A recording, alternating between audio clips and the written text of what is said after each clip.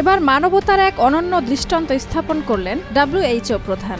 গাজার শিশুদের বাঁচাতে জানালেন বেদনার্ত আকুতি, বললেন দয়া করে গাজার শিশুদের বাঁচান। গাজায় চলমান মানবিক সংকট ও সহিংসতা বন্ধে ইসরায়েলকে দয়া দেখানোর আহ্বান জানিয়েছেন বিশ্ব স্বাস্থ্য সংস্থা WHO এর মহাপরিচালক তেদ্রোস আধানম গেব্রেয়েসুস। তিনি ইসরায়েলকে সতর্ক করে বলেন, যুদ্ধ ও গণহত্যা থেকে কখনো স্থায়ী সমাধান আসবে না, বরং তা নিজেদেরই ক্ষতির মুখে ঠেলে দিচ্ছে।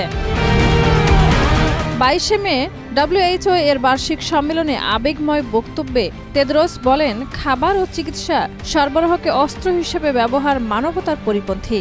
গাজার মানুষের যন্ত্রণা কল্পনার বাইরে। তিনি জানান, নিজ দেশ ইথিওপিয়ায় যুদ্ধকালীন সময়ে পাওয়া মানসিক আঘাতের স্মৃতি তাকে গাজার মানুষের কষ্ট অনুভব করতে সহায়তা করেছে।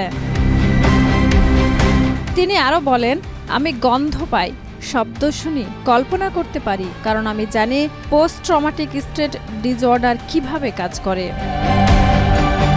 গাজার দিকে ইঙ্গিত করে তিনি আরও বলেন, মানবিক সহায়তা আটকে রাখা, অনাহারকে অস্ত্র হিসেবে ব্যবহার এবং চিকিৎসা সেবা বাধাগ্রস্ত করা অনৈতিক ও অগ্রহণযোগ্য।